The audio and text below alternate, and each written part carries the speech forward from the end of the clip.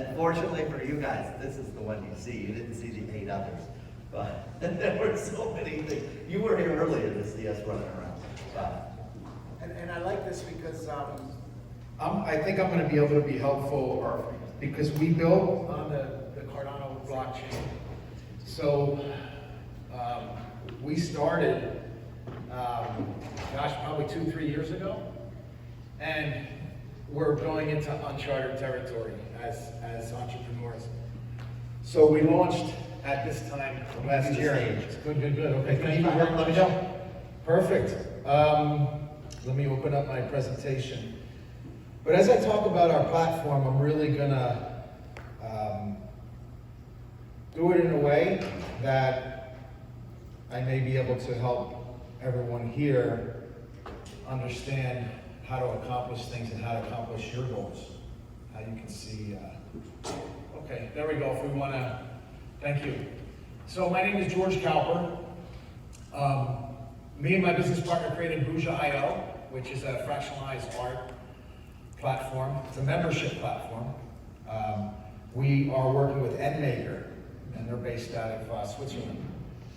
Super good, sharp group. These guys did all of our tech work, incredibly helpful, very hyper-focused, young, smart guys that really were instrumental in we couldn't have done it without them. So our company, to give you some background, Rudolph right now is in New York. He's at the Christie's. It's like the post-war contemporary art auction. So he's selling a Picasso and a Warhol at the auction. But this is no different than what we're doing today with NFTs. It's the exact same concept. So when he started, he was 16, 17 years old, DJing in Europe. Saw a lot of activity in the United States. It looked very exciting. So he at 18, sold his motorcycle, went to New York and Miami and started DJing. Ended up DJing with Jean-Michel Basquiat, and instead of him paying him cash, he would give him his artworks. And he would just take those, which for people in the art world, they know today, those Basquiat sell for over $100 million. So he was just putting them under his bed at 18 years old, hanging out with Warhol, starting to collect his art. This is like the NFT community today. He really sees that way. He sees spending 35 years in the art world, he sees how important NFTs are to authenticating artworks, whether it's digital art or physical art. It's really important. Back in those times, in the 90s, I was working with a company called Nortel Networks. This was, Web 1, when people were launching websites. And then they were talking about e-commerce. E-commerce was illegal. There was no regulation regarding e-commerce until 1994. It was illegal to sell anything on the internet. And when people were selling things on the internet, they're like, is that a joke? You're gonna get ripped off. This is insane. You don't even know who you're buying it from. So I see, we were doing at that time in the late 90s, like $22 billion a year in equipment, building out the infrastructure for what we run Web3 on today.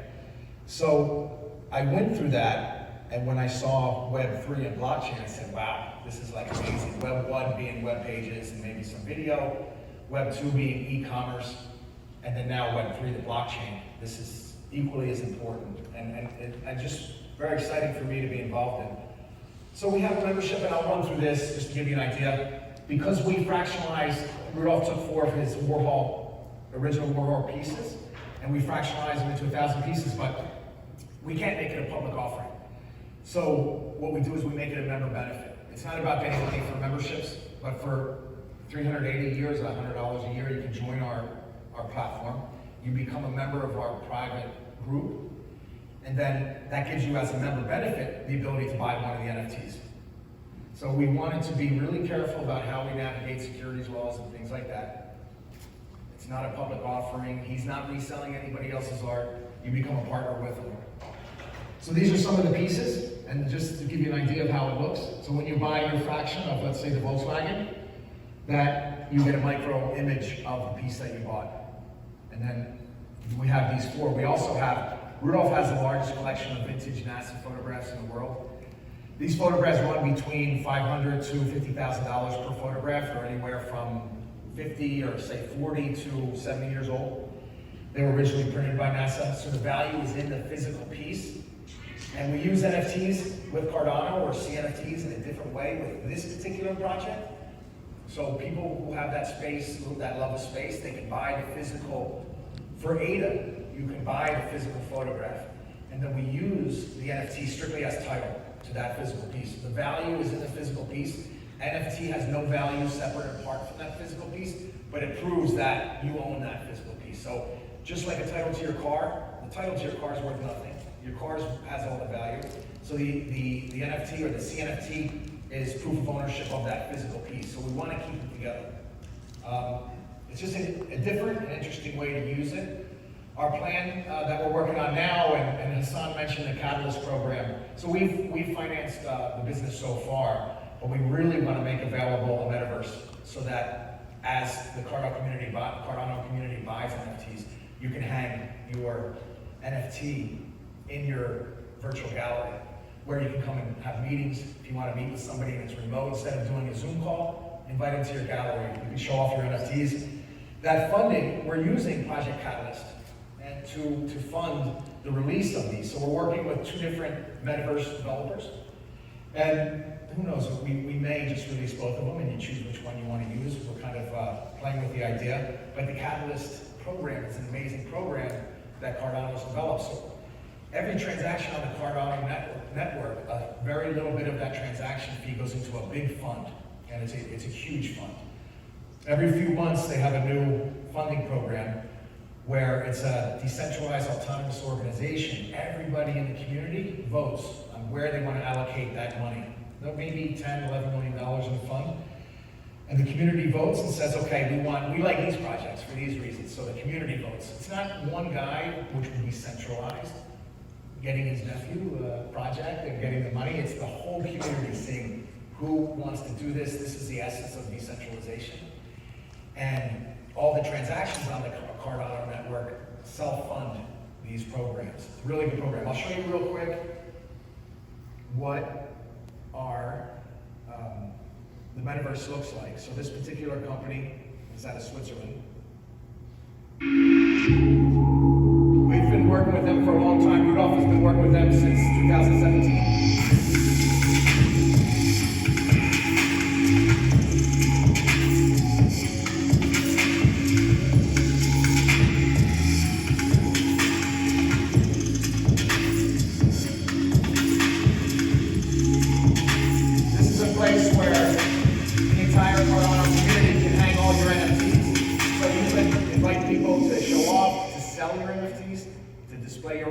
To have meetings. It's really a great environment to do that. Though that particular company, ALL.ART, they are really hyper-focused on the lighting, like, what do you call it, like the reality and the visualization and the display of art. They have a diverse background in that. So the other, here we are in here, Malachi from Dreamline is here, and this is a maybe more exciting Miami-style metaverse that was created. So Dreamline, they've designed yachts. They're very creative, and so what we're thinking of doing as well is if the art gallery environment isn't right for your style, maybe you can use the yacht environment, and it has. And you can see like our pieces here. Interact. Right up here, I put a couple of different Cardano projects, like you might see Cardano Punks, Mixed Heroes, Dead Pixels, Cinder Skulls. We have our NASA photographs. So it's still all under development. This is the concept. And then, based on Fund 10, we'll build it out, interactive, and really implement it. So, and then you see Clay Nation. Clay Nation is NFT. You know that one? Clay Nation is a great project with Snoop Dogg and his son, I think it's Chance. And they were just out of Rare Bloom. Extremely, these guys are really invested. I think, if I'm not mistaken, Clay Nation sold something like 52,000 NFTs, different unique NFTs. Super good project. So going back to my presentation, pardon me for the full screen. So that's the metaverse. So keep an eye out for us in Catalyst Fund 10 because we love your support. I think it'll be great for the whole community. What we do is, in this environment, and you guys watch the news of what's going on, I think it's very important, and it was back then, it is now, is that we know each other, that we meet and talk in events like this, and we can see face to face. There's safety in that of knowing people's history, what they're doing, are they for real, what's their intent. And one of the first things that jumped out at me when I was involved in this is like, okay, people hide behind these digital identities, and I didn't particularly like that. So this was a good way, this is in South Beach, just over the causeway here in Sunset Harbor. And all of our members who joined, this is where we hang out. And Rudolph and I connected originally a few years ago because of our mutual enjoyment of cigars. And so we started just sitting around the table talking about blockchain. Wow, you know, this is incredible what's going on. So that's where the idea was born in the gallery. And we invite all of our members to come in and talk, and where we can discuss and learn. We share all of our resources. So like Malachi and Dreamline and all of our relationships and our member relationships, we know everybody, and we share that support information. Our developers, like NMKR, just ask me, I'll show you how to get in touch with them. So there's great resources there. We're building a community. It's not about money. It's about what Hassan said. It's about growing the network. I know that this network will be around forever. And maybe when we sit down, I can talk about that in particular, because there's reasons why I chose Cardano. So even this week, so if you're a member and you join our platform, these are some of the events. We're doing on the 29th, we're doing Smoking Monkeys, it's an NFT launch, but we're supporting them because this particular project is launched by a legendary music industry person who owns the Licking, if you ever heard of Finger Licking in Miami. This is a legendary group of people, very authentic. It has music, Spotify, videos, everything. So we get behind projects like that, but also it's an after party for Art Basel. Rudolph always has a big thing at Art Basel. Everybody come to our place and enjoy and talk. December 1st, we have Exit Art Spray Ground, as if you guys heard of Supreme. It's a merchandising company. Spray Ground is even better than Supreme. And they're doing a project with us for art. Rolls-Royce is gonna host that party. So we always have interesting events. And we want to build that face-to-face community, because when we're talking to each other and no one's hiding behind a digital identity, that's when you really learn, and then it creates a lot of community, safety, and it really makes things fun. So that's kind of where we are here, and that's about it. I think that's it. Well,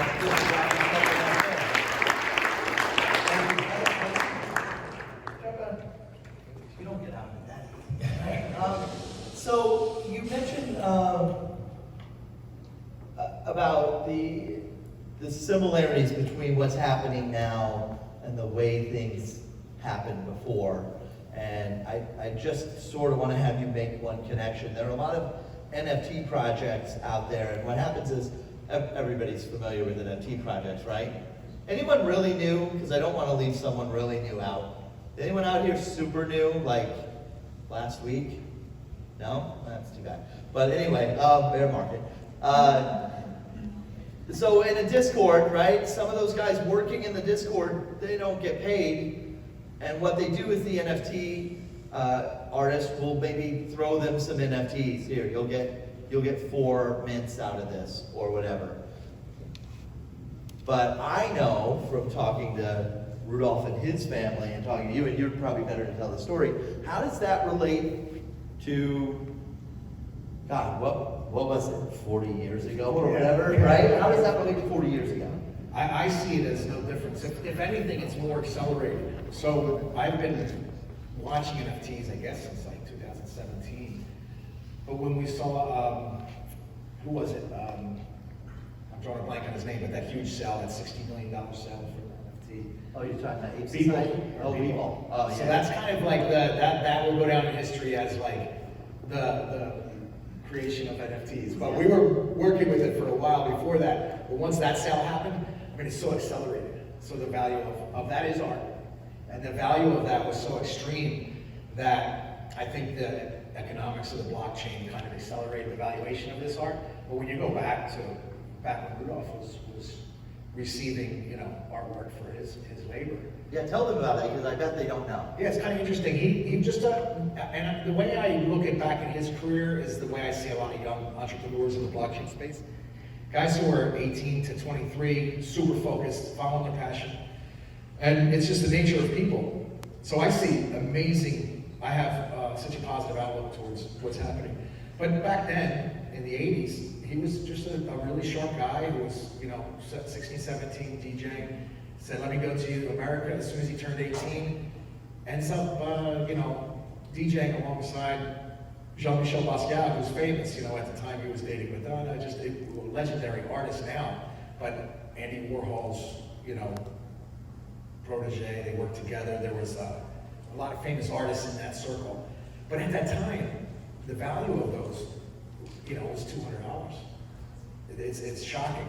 So I do really see the similarity between, and they were trading them, and, you know, okay, be my assistant today, I'll give you this, you know, today it's worth whatever. I mean, he sold Lenny Kravitz a piece for $300,000, it's worth $40 million today. So we don't know which ones, but when you have the access to a person like Rudolph, he's very open. The resource for like art knowledge, yeah. The resource for experience is phenomenal. I mean, it has nothing to do with money. It's more like, wow, I can sit there and get that 35 years worth of knowledge, and he's very open. It's an extraordinary opportunity for any of our members. And then people who are building in the blockchain and want to understand art, watches, cars, you know, all this stuff. Oh yeah, I mean, so it's just always interesting to me, because that was the first thing I thought. It's sort of like, I mean, you know, it's Mark Twain's famous quote, history doesn't repeat, but it sure as hell does rhyme, right? So it's like, that's the thing that I'm always drawn to. And even now, when we're looking at everybody running around saying, oh my God, Web3, you're gonna get robbed. You're gonna get robbed, bro. That's my favorite. You're in Web3, you're getting robbed. That whole thing is a scam. But if you think back, right, and this is where you have some super specific knowledge, when you think back to what life was like just in like 1995, when you had, Amazon was a single scroll page, right? You remember those days? You scroll, but what was, I mean, let's take that trip back down. What do you remember about people's views of the internet then, in 95? Yeah. If you told them, hey, I'm buying stuff on Amazon. Yeah, so it is, and it's so similar. There were so many worthless companies at that time that were, so today, people are kind of looking at it with a lot of new eyes on this entire Web3 situation. But if you went back to the 90s and experienced that, a lot of people had, but there was a lot of worthless companies that were in existence alongside a number of companies that turned out to be extraordinarily valuable. So I see it as the same thing today. And the companies that are motivated by money are the ones that aren't around. And the companies that are motivated by providing a service and they had some utility, they were actually doing something, those are the ones that are around today. If you could see in the 90s, it was all about what it was in, you know, VC funding. Yeah. Guys were sitting around the office doing nothing. Yeah. The company was like, they just had a little idea, and then they would play the whole VC money game. This is exactly what is going on today with, and I'll share something which is strictly my opinion, and I won't use any names because for whatever reason, but really nothing's being, you know, we're not live recording, but something's in the news today that everybody knows about that is it was perpetuated by greed and extremely unethical behavior, and really has nothing to do with the blockchain. It's not a blockchain story, it's a human story. Because it'll come out, everything in the blockchain is recorded. So the things that happen and where the money came from will come to light. But that particular company had extraordinary relationships with politicians, with regulators. Nobody really wanted to touch them.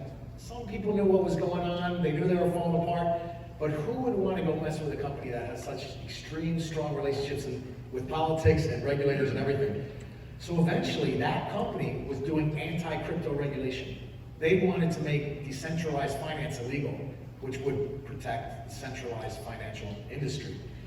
This is the opposite of what a guy like this would do. And then what ended up happening when that became to light and his company fell apart, all the people who were involved with this particular guy are now telling a story that it's really, this is the trick, right? They do. They're telling a story that decentralized finance is bad, even though their whole thing they did was centralized, fraudulent, and unethical. But they're going to tell the public a story, so it's our responsibility to know what's going on.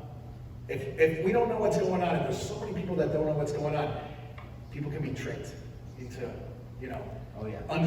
not understanding what really happened and what's really going on. So I would encourage everybody to do your research, know what's going on. That's why our place is so important, so we can sit and talk and share information. But go ahead, sir. Well, I just think it's so important, and it may be this, we may look back several years from now and be thankful this happened.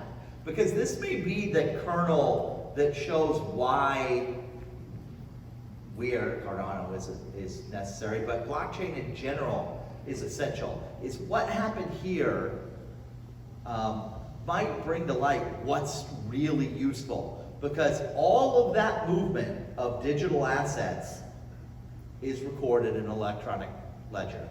And so when Bitcoin is moved from one account to another, or Ethereum is moved from one account to another, or even ADA from one account to another, if you know the addresses, you know who's doing the moving. And I think this, as this story unfolds, I think this has the potential to be a defining moment for blockchain in general in a good way, and that they can say, wait a minute, no, what you're saying is not true. Here's how we know. Yeah. And eventually, as this is told over and over, and as this is handled probably in the courts, it will be reiterated over and over. Well, oh wait, the evidence is right here. Yeah.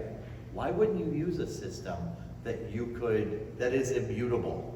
And, right? And some of the information is, they talk about scammers and people who are money laundering, but the truth is, less than 2% of money laundering happens on the blockchain. 98% happens with the banks. Oh, absolutely. And 2% on the blockchain, but only an idiot would do something on the blockchain because there's a permanent record that's transparent, secure, and can never be modified. So it's really like amazing that someone would even think. Look at some of the big names. You had the Silk Road guys. You had I can't remember who was nailed recently, but they were able to be prosecuted only because a real record existed.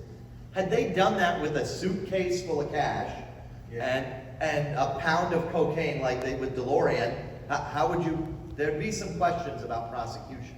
There would be some unknowns, but they were able to lock these guys down tight because they saw the movement, right? Here's what was traded for this. So there are upsides and downsides. The upside is you have evidence. The downside is if you're doing something nefarious, you have evidence, right? So and that's good. Yeah, it's transparency, security, and that's what the blockchain is about. So this is a really really good thing that I think is going on. But as far as like other topics, well, I will have to jump here because of lunch. I could go on forever with this. Yeah. This is actually my favorite type of forum. But let's thank George, guys. Thank you, guys.